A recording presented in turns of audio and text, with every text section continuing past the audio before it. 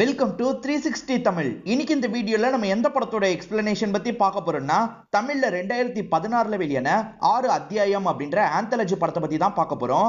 மொத்தம் 6 கதைகள் இருக்கும். முதல்ல ஃபர்ஸ்ட் ஹாஃபை மட்டும் தான் சொல்லுவாங்க, எண்டிங்கை மட்டும் கட் பண்ணிடுவாங்க.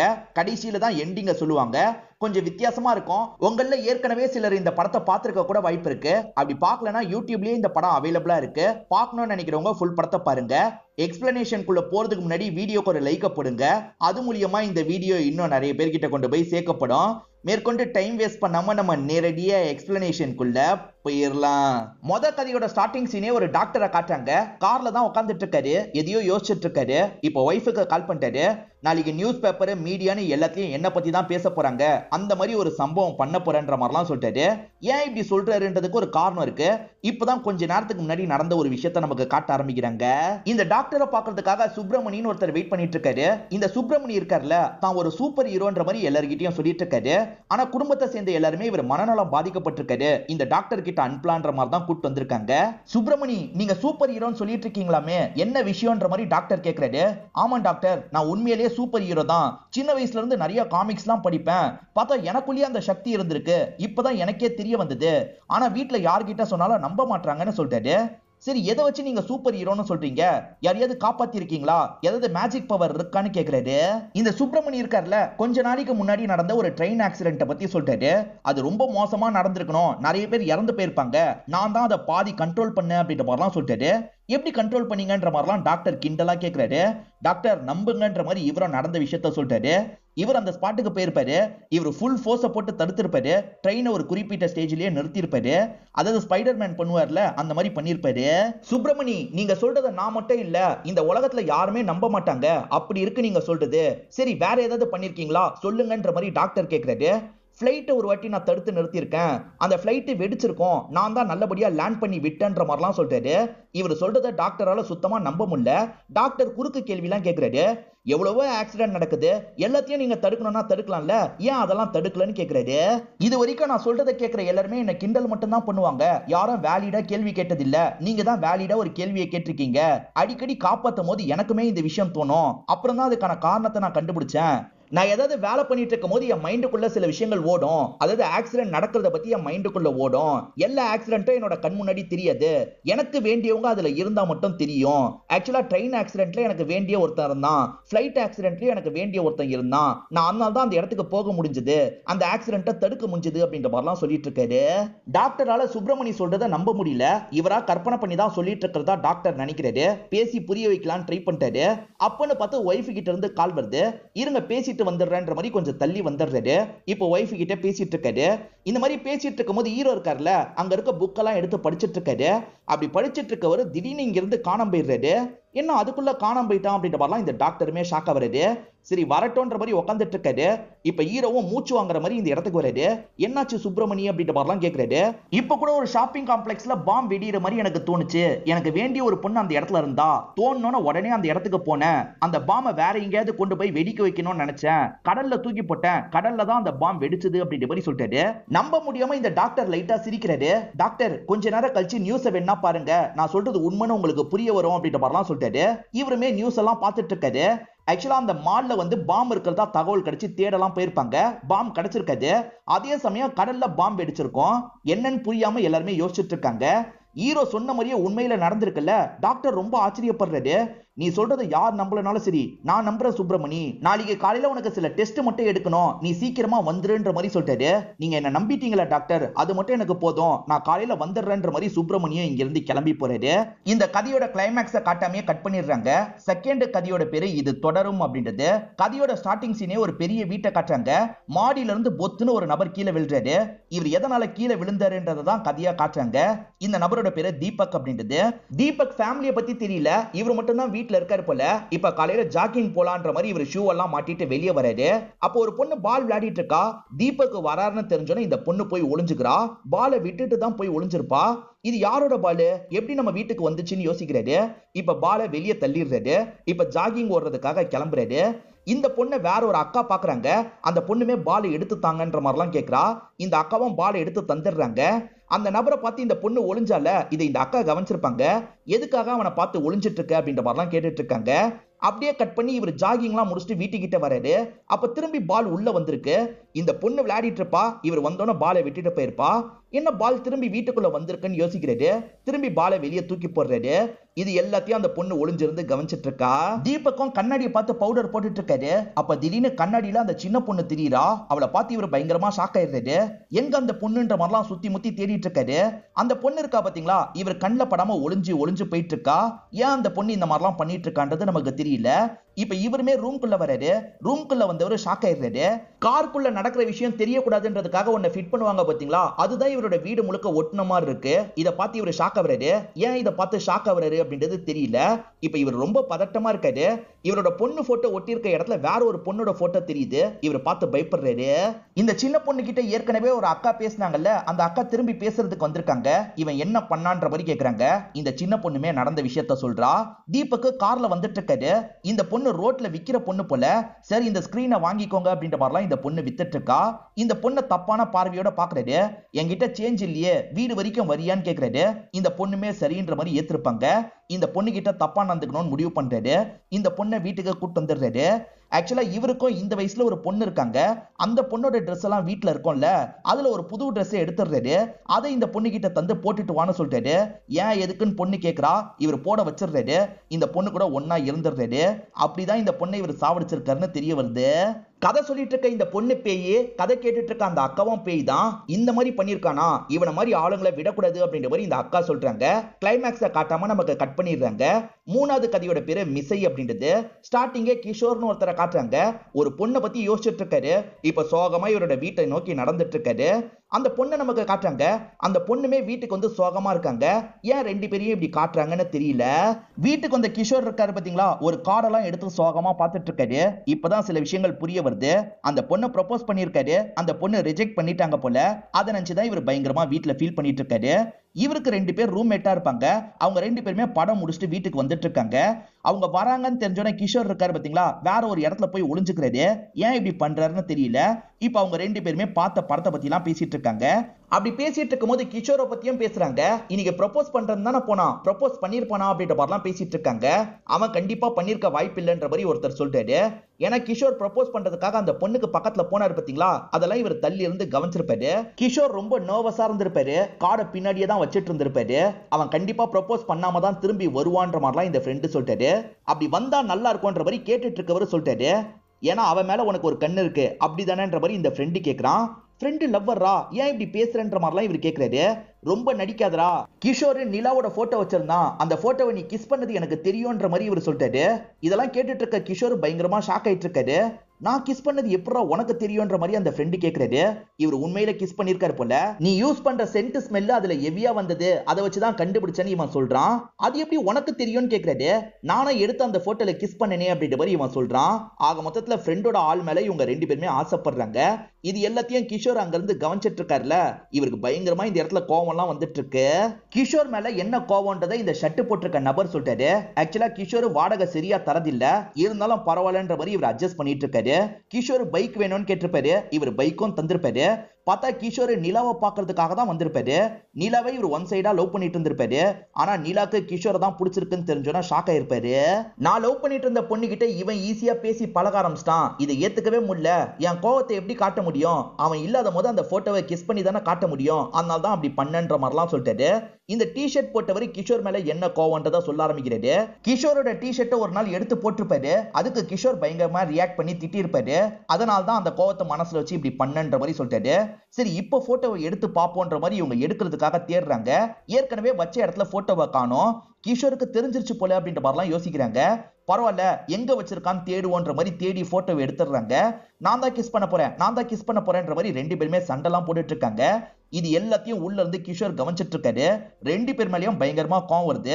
பக்கத்துல கத்தி இருக்கு. அந்த கத்தியை வச்சு இவங்க கதையை முடிச்சா என்னன்ற மாதிரிலாம் யோசிக்கிறாரு. அப்பன்னு பார்த்து யாரோ கதவை தட்டுறாங்க. யாரா இருக்கும்ன்ற மாதிரி இவங்க ரெண்டு பேருமே யோசிக்கிறாங்க. இதோடைய கிளைமேக்ஸை காட்டாம இந்த கதையை கட் பண்ணிடுறாங்க. நாலாவது கதையோட பேரு அனாமிகா அப்படின்றது. ஒரு பேய் படத்துக்கான ப்ரொடக்ஷன் ஒர்க்கை ரெண்டு பேர் சேர்ந்த மாதிரி பார்த்துட்டு இருக்காங்க. இதுல ஒருத்தர் பேரு சஞ்சீவ் அப்படின்றது. இது ரியலாவே இல்லைன்னு சொல்றாரு. இது போதும், என்னமோ ரியல் பேயை பார்த்த மாதிரி சொல்றேன்ற மாதிரி அந்த ஃப்ரெண்டு கிண்டல் பண்றாரு. ஆமாண்டா, நான் ரியலா ஒரு பேயை பார்த்திருக்கேன். கதை எழுதுறதுக்காக என்னோட மாமா ஊருக்கு போனேன்ல, அங்கதான் பார்த்தேன்ற மாதிரிலாம் சஞ்சீவ் சொல்றாரு. என்ன சொல்ற, தெளிவா சொல்லுன்ற மாதிரிலாம் இந்த ஃப்ரெண்டு கேக்குறாரு. சஞ்சீவன் டீட்டெயிலா நடந்த விஷயத்த சொல்ல ஆரம்பிக்கிறாரு. சில மாசத்துக்கு முன்னாடி கதை எழுதுறதுக்காக தான் மாமாவோட வீட்டுக்கு வந்திருப்பாரு. மாமாவோட ஒய்ஃப் இருக்காங்கல்ல, ஏதோ ஃபங்க்ஷனுக்காக வெளியே போயிருப்பாங்க. மாமா மட்டும் தான் இவரை வெல்கம் பண்ணி பேசிட்டு இருக்காரு. என்ன மாமா, நீங்க பாட்டுக்கு ஊரை விட்டு இவ்வளவு தள்ளி வந்துட்டீங்க, எதுக்காக இந்த இடத்த செலவு பண்ணி வாங்குனீங்கன்ற மாதிரிலாம் கேக்குறாரு. இந்த வீட்டுக்கு நடுவுல ஒருத்தங்க தூக்க மாட்டி இறந்து போயிட்டாங்கடா, வீடு ரொம்ப கம்மி ரேட்டுக்கு கிடைச்சது, அதனால தான் வாங்கி போட்டுட்டேன், உன் அத்தைக்கு இதை பத்திலாம் தெரியாது, சொல்லிடுறது அப்படின்ற மாதிரிலாம் மாமா சொல்றாரு.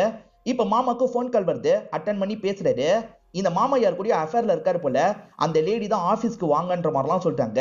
இப்ப இவருமே ஆபீஸ்ல திடீர்னு வேலை வந்த மாதிரி கிளம்பிட்டு இருக்காரு. சஞ்சீவ் நானும் கூட வரேன், தனியா இருக்கிறதுல எனக்கு பயம்ன்ற மாதிரி சொல்லிட்டாரு. மாமா இருக்காருல, அதுக்கு வேற ஒரு வழி பண்றேன், என் கூட வான்ற மாதிரி சொல்லிட்டாரு. இப்ப ரெண்டு பேருமே சேர்ந்த மாதிரி கொஞ்சம் தள்ளி இருக்க ஒரு வீட்டுக்கு வந்துடுறாங்க. அந்த வீட்டுல ஒரு பெரியவர் தான் படுத்துட்டு இருக்காரு. இப்ப மாமா இருக்காருல, என் சொந்தக்கார பையன் வந்திருக்கான், கொஞ்சம் பயந்த சுபாவம் உடையவன், நடுவுல இவனை போய் செக் பண்ணிக்கோங்கன்ற மாதிரி சொல்லிட்டாரு.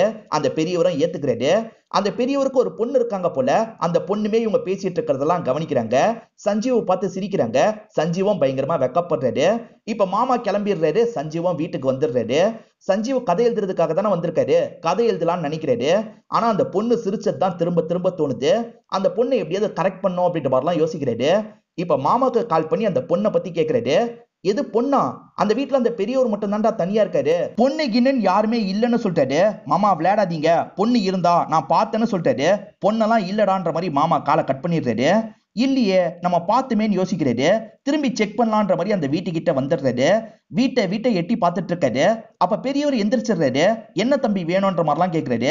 தண்ணி தாகம் எடுக்குது, கொஞ்சம் எடுத்துட்டு வர சொல்றீங்களா அப்படின்ற மாதிரி கேட்கிறாரு. வீட்டுல நான் மட்டும் தான் தம்பி இருக்கேன், நீயே உள்ள போய் எடுத்துக்கிறியா அப்படின்ற மாதிரி பெரியவர் கேட்கிறாரு.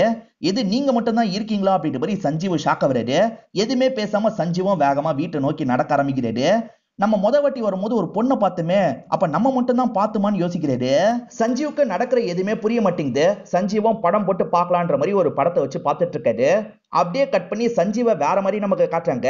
அதாவது சஞ்சீவ் இருக்காருல, இப்ப தூக்கு போட்டு சாவலான்ற மாதிரி தூக்கு மாட்டி சாவுறாரு. இது எல்லாமே கனவுல வந்ததா இருக்கும். சட்டுன்னு சஞ்சீவும் தூக்கத்துல இருந்து முழிச்சிடுறாரு. இப்ப சட்டுன்னு இந்த இடத்துல கரண்ட் போயிருது. சஞ்சீவும் பயங்கரமா பயப்பட ஆரம்பிக்கிறாரு. அந்த பெரியவரோட வீட்டுக்கிட்ட போயிடலான்ற மாதிரி டார்ச் லைட் எடுத்துட்டு வெளியே வந்துட்டு இருக்காரு. அப்படி வந்துட்டு இருக்கும் போது ரோட்டுக்கு நடுவுல ஒரு பேய் நடந்து வந்துட்டு இருக்க மாதிரி இவருக்கு தெரியுது. இவர் செம்மையா பயந்துடுறாரு. வேகமா திரும்பி வீட்டுக்குள்ள ஓடி வந்துடுறாரு. வீட்டுக்குள்ளேயும் யாரோ ஓடுற மாதிரிலாம் இவருக்கு சவுண்டு கேக்குது. பயத்துல இவருமே வேகமா ரூம்குள்ள வந்து படுத்துடுறாரு. கொலுசு போட்டு யாரோ நடக்கிற மாதிரி தான் திரும்ப திரும்ப இவருக்கு சவுண்டு கேக்குது. இவர் ரொம்ப பயந்துட்டு இருக்காரு. ஒரு ஸ்டேஜ்ல பேயே இவர் பாத்துறாரு போல. இப்ப மயக்கம் போட்ட மாதிரி பொத்துன்னு விழுறாரு. கிளைமேக்ஸ் என்னன்னு காட்டாம இந்த கதையை நமக்கு கட் பண்ணிடுறாங்க. அஞ்சாவது கதையோட பேரு சூப் பாய் சுப்பிரமணி அப்படின்றது. இந்த கதையில ஹீரோவா வரவரோட பேரு சுப்பிரமணி அப்படின்றது. சுப்பிரமணி ஒரு சாமியாரை பாக்குறதுக்காக தான் வந்திருக்காரு. ஒரு பேய் என்ன டிஸ்டர்ப் பண்ணிக்கிட்டே இருக்கு, அதனால எனக்கு கல்யாணமே ஆகலன்னு சொல்லிட்டாரு. பேய் டிஸ்டர்ப் பண்ணுதா, எப்படி டிஸ்டர்ப் பண்ணுதுன்னு இந்த சாமியார் கேக்குறாரு. இப்ப இவருமே சொல்ல ஆரம்பிக்கிறாரு. சுப்பிரமணி இருக்கார்ல, ரொம்ப நாளா ஒரு பொண்ணு கிட்ட சாட் பண்ணிட்டு இருக்காரு, நேரடியா மீட் பண்ணலாம்னு சொல்லிட்டாரு. அந்த பொண்ணுமே சரின்ற மாதிரி ஏத்துக்கிறாங்க. நேர்ல பார்க்கும்போது அந்த பொண்ணு ரொம்ப அழகா இருக்காங்க. இவருக்குமே ரொம்ப பிடிச்சிருது. ரெண்டு பேருமே சேர்ந்த மாதிரி ஜூஸ் எல்லாம் குடிச்சிட்டு இருக்காங்க. அந்த பொண்ணோட ட்ரெஸ் இருக்குல்ல, ஆட்டோமேட்டிக்கா கொஞ்சம் கொஞ்சமா மேல ஏறிட்டு இருக்கு. பேய் தான் இந்த விஷயத்த பண்ணுது போல. அந்த பொண்ணை பொறுத்த வரைக்கும் சுப்பிரமணி தான் இப்படி பண்றாரு அப்படின்ற மாதிரி நினைக்கிறாங்க. சுப்பிரமணி வேற செம்மையா இருக்குல்லன்ற மாதிரிலாம் கேட்கிறாரு. அவர் ஜூஸை மீன் பண்ணி தான் கேட்கிறாரு. ஆனா இந்த பொண்ணு தப்பா புரிஞ்சுக்கிறாங்க. இப்படி பண்ண உனக்கு அசிங்கமா இல்ல, இந்த மாதிரி ஒருத்தனை லவ் பண்ண நினைக்கும் போதே அசிங்கமா இருக்குன்ற மாதிரி திட்டிட்டு போயிடுறாங்க. இதான் நடந்தது அப்படின்ற மாதிரி சொல்லிட்டாரு. நிறைய பொண்ணு கிட்ட பழக ட்ரை பண்ணும்போது இதே மாதிரி நடந்திருக்கும். அம்மா ஒரு பொண்ணை பார்த்திருப்பாங்க. அந்த பொண்ணை கோயில்ல வச்சு மீட் பண்ணலாம், பேயோட பவர்லாம் ஒர்க் ஆகாதுன்ற மாதிரி நினைச்சிருப்பாரு. இப்ப கோயில்ல அந்த பொண்ணுக்காக வெயிட் பண்ணிட்டு இருக்காரு. அந்த பொண்ணு வரும்போதே இவருக்கும் வெண்பொங்கல்லாம் வாங்கிட்டு வராங்க. அந்த பொண்ணை பார்த்தோன்னே இவருக்கு பிடிச்சிருது. இவருமே ஜாலியெல்லாம் அந்த பொண்ணு கிட்ட பேசுறாரு. ஆனா வெளியே போனோடனே பேய் அதோட வேலையை காமிச்சிருச்சு அப்படின்ற மாதிரி சொல்ல ஆரம்பிக்கிறாரு. சுப்பிரமணி ஷூ எடுத்து போடலாம்னு நினைக்கிறாரு. ஆனா அந்த ஷூ அந்த பொண்ணை நோக்கி போயிட்டு இருக்கு. ஒரு ஸ்டேஜ்ல அந்த பொண்ணோட காலை யாரோ கடிச்சிடுறாங்க. இவர் தான் கடிச்சிட்டாருன்ற மாதிரி அந்த பொண்ணு நினைக்கிறாங்க. நீ நாயா, எதுக்காகடா கடிச்சன்ற மாதிரிலாம் கோவப்பட்டு அடிச்சிட்டு இருக்காங்க. இதுதான் நடந்தது அப்படின்ற மாதிரிலாம் சுப்பிரமணி சொல்லிட்டாரு. அந்த பேய் எப்படி இந்த விஷயத்த பண்ணுதுன்றத நான் முதல்ல பார்க்கணும், அப்பதான் சொல்யூஷன் சொல்ல முடியும், அதுக்கு ஒரு வழி இருக்குன்ற மாதிரி இந்த சாமியார் சொல்லிட்டாரு. இப்போ ஒரு பொண்ணுக்கு கால் பண்ணி பேசுறாரு. இந்த இடத்துக்கு வான்ற மாதிரி சொல்லிட்டாரு. அவங்க ஒரு விலை மதுவா தான் இருப்பாங்க. சாமியார் தான் வர சொல்லியிருக்காருன்ற மாதிரி கட்டிப்பிடிக்கிறதுக்காகலாம் வராங்க. எனக்காக வர சொல்ல, இந்த பையன் கூட ஒன்னா இருன்ற மாதிரி சொல்லிட்டாரு. அவங்களுமே நெருங்கி வந்து ஒன்னா இருக்க ஆரம்பிக்கிறாங்க. அப்பன்னு பார்த்து இந்த இடத்துல வைப்ரேஷன்லாம் ஏற்படுது. காத்து பலமா அடிக்குது. அந்த பொண்ணுமே பயந்து வேகமா இங்க இருந்து ஓடிடுறாங்க. யார் இதை பண்றான்றதை கண்டுபிடிச்சிட்டேன் அப்படின்ற மாதிரி சாமியாரும் சொல்றாரு. இப்ப அஞ்சாவது கதையை காட்டுறாங்க. இதோட பேரு சித்திரம் கொள்ளுதடி அப்படின்றது. ஸ்டார்டிங் 1950ல நடந்த விஷயத்த நமக்கு காட்டுறாங்க. இப்ப குருன்னு ஒருத்தரை காட்டுறாங்க. எதையோ நினைச்சு இவர் ரொம்ப அப்செட்டா இருக்காரு. எதை நினைச்சு அப்செட்டா இருக்காருன்றது நமக்கு தெரியல. இவரோட ரூம்ல கோகிலான்ற மாதிரி ஒரு புக் இருக்கு. அதே சமயம் குரு இருக்காரு பாத்தீங்களா, செவத்துல எதையோ வரைஞ்சிட்டு இருக்காரு. என்ன வரைஞ்சிட்டு இருக்காரு அப்படின்றத தெளிவா நமக்கு காட்டல. இப்ப கதை 2015க்கு வந்துருது. இப்ப தேவான்னு ஒரு ஆர்டிஸ்ட நமக்கு காட்டுறாங்க. இவர் நிறைய டிராயிங் எல்லாம் வரைஞ்சிட்டு இருக்காரு. இவரோட ஃப்ரெண்ட் இவரை பார்த்து பேசுறதுக்காக வீட்டுக்கு வந்திருக்காரு. வீட்டுல என்னடா இவ்வளவு புக்ஸ் இருக்கு, புக்ஸ் எல்லாம் படிக்க கூட உனக்கு டைம் இருக்கான்ற மாதிரி கேக்குறாரு. புக்ஸ் மூலியமா தான் எனக்கு வரையறதுக்கு இன்ஸ்பிரேஷன் கிடைக்குதுன்னு ஹீரோ சொல்றாரு. புக்கை பொறுத்த வரைக்கும் வர்ணனை அதிகமா இருக்கும் பாத்தீங்களா, அது மூலியமா தான் இவர் டிரா பண்ணிட்டு இருக்காரு. பொன்னியின் செல்வன் கதையில ஒரு நதியை பத்தி சொல்லியிருப்பாங்க. அந்த நதியை நான் பார்த்தது இல்ல, ஆனா அவங்க சொன்னது சூப்பரா இருக்கும், அதுக்கேத்த மாதிரி தான் நான் வரைவேன்ற மாதிரி சொல்லிட்டாரு. அப்படியான்ற மாதிரி ஃப்ரெண்டும் பேசிட்டு இங்க இருந்து கிளம்பிடுறாரு. தேவா வரைஞ்சு தராரு பாத்தீங்களா, அவங்க கிட்ட இருந்து போன் கால் வருது. ஒரு கிளைண்ட் ஒரு தமிழ் பொண்ணோட முகத்தை வரையணும்னு சொல்றாங்க. இதுக்கு முன்னாடி பார்க்காத மாதிரி வரையணும்னு சொல்றாங்க. சீக்கிரமா வரைஞ்சிங்கன்னா நிறைய காசு கிடைக்கும், கொஞ்சம் வரைய ட்ரை பண்ணுங்கன்ற மாதிரி சொல்றாங்க. சரி நான் ட்ரை பண்றேன்ற மாதிரி இவருமே ஏத்துக்கிறாரு. தேவாக்கு புக்ல நிறைய ஐடியா கிடைக்கும்ல, அந்த மாதிரி ஏதாவது கிடைக்குமான்ற மாதிரி வீட்டுல இருக்க புக்கெல்லாம் புரட்டி பாக்குறாரு. எதுவுமே கிடைக்க மாட்டேங்குது. இப்ப லைப்ரரிக்கு வந்து தேடி பாக்குறாரு. அங்கேயும் பிரயோஜனமா இவருக்கு எதுவுமே கிடைக்க மாட்டேங்குது. ரோட்டு கடையில 2-3 புக் இவருக்கு பிடிச்சிருக்கு. சரி இதுல ஏதாவது ஐடியா மாட்ட வாய்ப்பு இருக்குன்னு நினைக்கிறாரு. இத பில்லு போடுங்கன்ற மாதிரி சொல்லிட்டாரு. ஒரு சின்ன பையன் தான் அந்த புக்கெல்லாம் கட்டி தரான். இப்ப இவருமே வாங்கிட்டு வீட்டுக்கு வந்துடுறாரு. இப்ப ஓபன் பண்ணி பார்க்கும்போது இவர் எடுக்காத ஒரு புக் இருக்கு. அதாவது கோகிலான்னு ஒரு புக்கை காமிச்சாங்கல்ல, அந்த புக் இருக்கு. இவர் பெருசா எடுத்துக்க மாட்டாரு.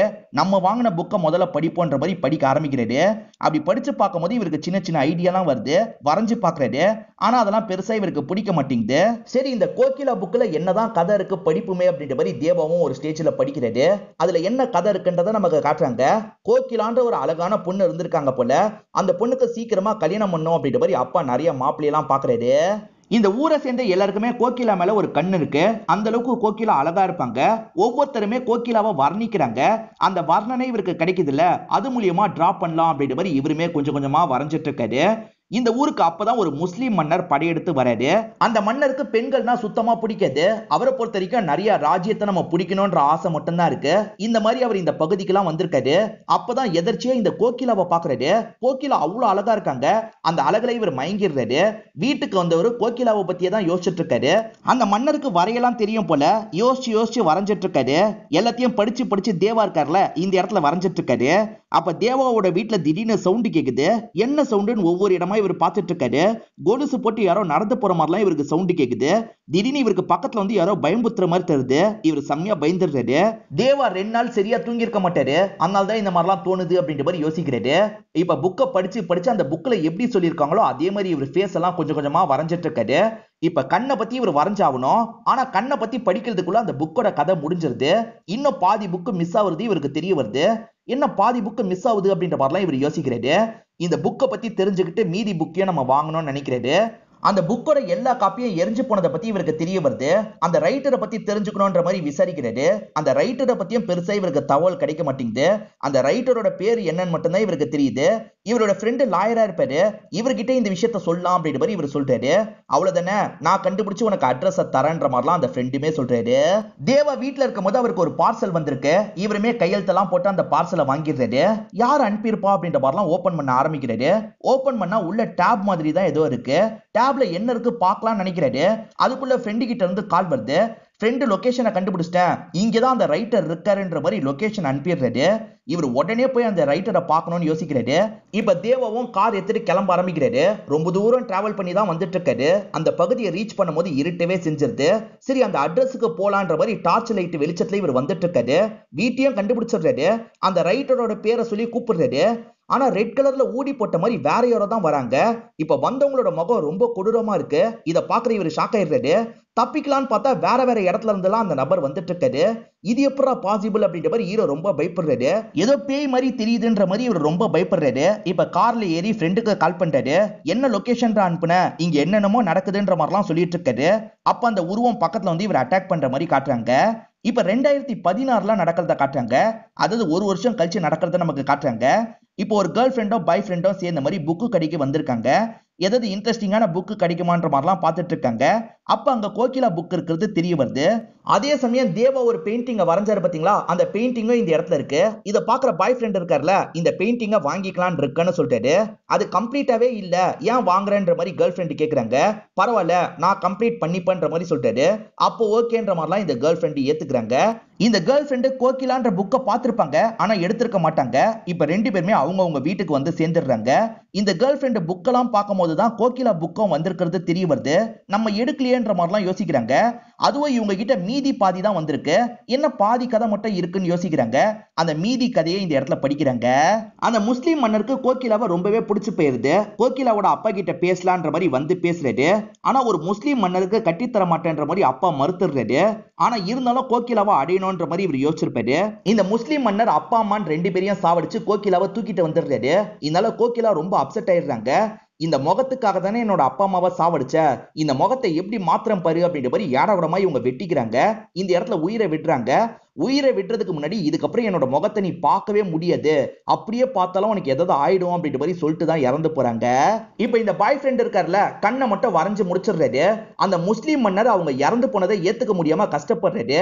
அவங்கள வரைஞ்சாது நம்ம பார்க்கலான்ற மாதிரி வரையறதுக்கு ட்ரை பண்ணிட்டாரு. அப்படி வரைஞ்சு முடிச்சதுக்கு அப்புறம் இவருக்கு பித்து பிடிச்ச மாதிரி ஆயிருது. அதாவது அவங்க சாபம் விட்டாங்கல்ல, அதனால இவரு பித்து பிடிச்ச மாதிரி இவரே காயெல்லாம் படுத்திட்டு இருக்காரு. அந்த முஸ்லீம் மன்னரோட பேரு யூசுப் அப்படின்ற மாதிரி அந்த புக்ல போட்டிருக்கு. இந்த இடத்துல பாய் ஃப்ரெண்டுக்கு ஏதோ டெலிவரி வந்திருக்கு போல, இவருமே வாங்குறதுக்காக வராரு. சைனை போடுங்கன்ற மாதிரி சொல்றாங்க. இவருமே சைனை போடுறாரு. அப்பதான் இந்த பாய் ஃப்ரெண்டோட பேரும் யூசுப் அப்படின்றது நமக்கு தெரிய வருது. இப்போ ஒவ்வொரு கதையோட கிளைமேக்ஸா நமக்கு காட்டுறாங்க. சுப்பிரமணி என்ன சொல்லியிருப்பாருன்னா, என்கிட்ட பழகினவங்களோ இல்ல என்னோட ஃப்ரெண்ட்ஸோ எங்கேயாவது போய் ஆபத்துல மாற்றாங்கன்னா எனக்கு தெரிஞ்சிடும்ன்ற மாதிரி சொல்லியிருப்பாரு. இதெல்லாம் கேட்ட டாக்டர் ஒரு விபரீத முயற்சியை எடுக்கலாம்னு நினைக்கிறாரு. அதாவது இந்த டாக்டர் சாகிறதுக்கு ட்ரை பண்ணலாம், சுப்பிரமணி வந்து காப்பாத்திருவாரு அப்படின்ற மாதிரிலாம் யோசிக்கிறாரு. இதனால தான் ஒய்ஃபு கிட்ட போன்ல பேசியிருப்பாரு. அதை எக்ஸிக்யூட் பண்ணலான்ற மாதிரி ஒரு இடத்துல இடிக்கிற மாதிரி வேகமா போறாரு. சுப்பிரமணி காப்பாத்திரு அப்படின்ற மாதிரி கத்துறாரு. ஆனா சுப்பிரமணி காப்பாத்தினாரா இல்லையான்னு தெரியாமே கட் பண்ணிடுறாங்க.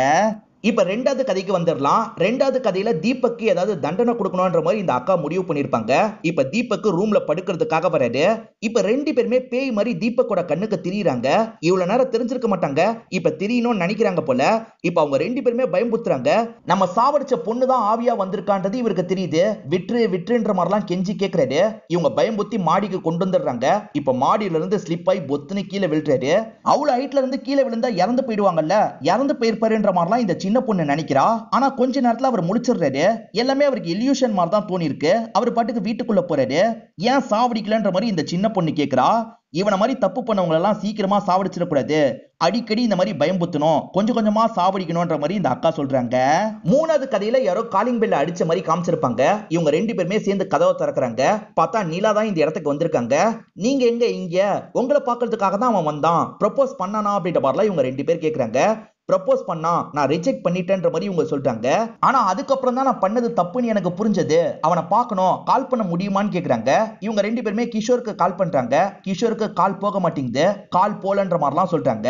நிலா ரிஜெக்ட் பண்ணிட்டு வீட்டுக்கு போனாங்கல்ல, வீட்டுல இருக்க எல்லா மீனுமே செத்து போயிருக்கும். அதனால தான் நம்ம ஏதோ தப்பு பண்ணிட்டோமோ அப்படின்ற மாதிரிலாம் இவங்க யோசிச்சிருப்பாங்க. ஒவ்வொரு வாட்டியும் கிஷோர் எவ்வளவு சப்போர்ட்டிவா இருந்திருக்காரு அப்படின்றதெல்லாம் யோசிச்சிருப்பாங்க. நான் நிறைய ஆண்கள் கூட பழகியிருக்கேன், எல்லாருமே காமத்துக்காக மட்டும்தான் என் கூட பழகுவாங்க, என்ன அந்த கண்ணோட்டத்துல தான் பார்ப்பாங்க. ஆனா கிஷோர் அப்படி இல்லைன்ற மாதிரிலாம் சொல்றாங்க. இவங்க ரெண்டு பேருக்குமே செருப்பால அடிச்ச மாதிரிலாம் இருக்கு. இவங்க ரெண்டு பேருமே எதுவுமே ரியாக்ட் பண்ணாம இருக்காங்க. இந்த மாதிரிலாம் இவங்க மூணு பேர் பேசிட்டு இருக்கும் போது ஒரு பையன் இந்த இடத்துக்கு வராரு. உங்க ரூம்மேட் கிஷோருக்கு ஆக்சிடென்ட் ஆயிருக்கு, ரயில்வே ஸ்டேஷனுக்கு வாங்கன்ற மாதிரி சொல்லிட்டாரு. எது ஆக்சிடென்ட் ஆயிடுச்சா அப்படின்ற மாதிரி இவங்க எல்லாருமே வேகமா இங்க இருந்து ஓட ஆரம்பிக்கிறாங்க. அப்படி ஓடிட்டு இருக்கும் போது நிலா மட்டும் லைட்டா ஸ்லிப் ஆகி கீழே விழுற மாதிரி போறாங்க. அப்பதான் ரூம்குள்ள இருந்த கிஷோர் வெளியே வராரு. இவர் ஏற்கனவே பேயா மாறி இருக்காரு போல. இவர் பேயா அவங்க கண்ணுக்கு தெரிய மாட்டாரு, ஒரு பட்டாம்பூச்சி மாதிரி அவங்களோட கண்ணுக்கு தெரியுறாரு. அவங்களுமே பார்த்துட்டு இங்க இருந்து கிளம்புறாங்க. நாலாவது கதையில சஞ்சீவ மயங்கின மாதிரி காமிச்சாங்கல்ல, இப்ப தண்ணி தான் யாரோ ஊத்துறாங்க. யாரு ஊத்துறான்னு பார்த்தா அந்த தாத்தா தான் ஊத்திட்டு இருக்காரு. தாத்தாவும் பொண்ணும் சேர்ந்த மாதிரி தான் இந்த இடத்துக்கு வந்திருக்காங்க. இப்ப பொண்ணு பக்கத்துல தண்ணி கொடுக்கறதுக்காக வராங்க. உங்களை பார்க்கணும்னு ஆசையா வீட்டுக்கு வந்தேன், என்ன பார்த்து பேய் பேயின்ற மாதிரி கத்துனீங்க, மயங்கி விழுந்துட்டீங்க அப்படின்ற மாதிரிலாம் சொல்றாங்க. அட பாவி, பொண்ணை பார்த்து தான் பேயின்னு நினைச்சியான்ற மாதிரி ஃப்ரெண்டு சிரிக்கிறாரு. அது சரி, உன் மாமா எதுக்காக அப்படி சொன்னாருன்னு கேக்குறாரு. அவரோட ஏரியால நான் ஏதாவது வேலையை காட்டிட போறேன்றதுக்காக தான் என்கிட்ட பொண்ணே இல்லைன்னு சும்மா போய் சொல்லியிருக்காரு அப்படின்ற மாதிரி சஞ்சீவ் சொல்றாரு. அந்த பெரியவர் ஏன் அப்படி சொன்னாருன்ற மாதிரி ஃப்ரெண்டு கேக்குறாரு. ஆக்சுவலா அந்த பெரியவர் பொண்ணு வந்ததை கவனிச்சிருக்க மாட்டாரு.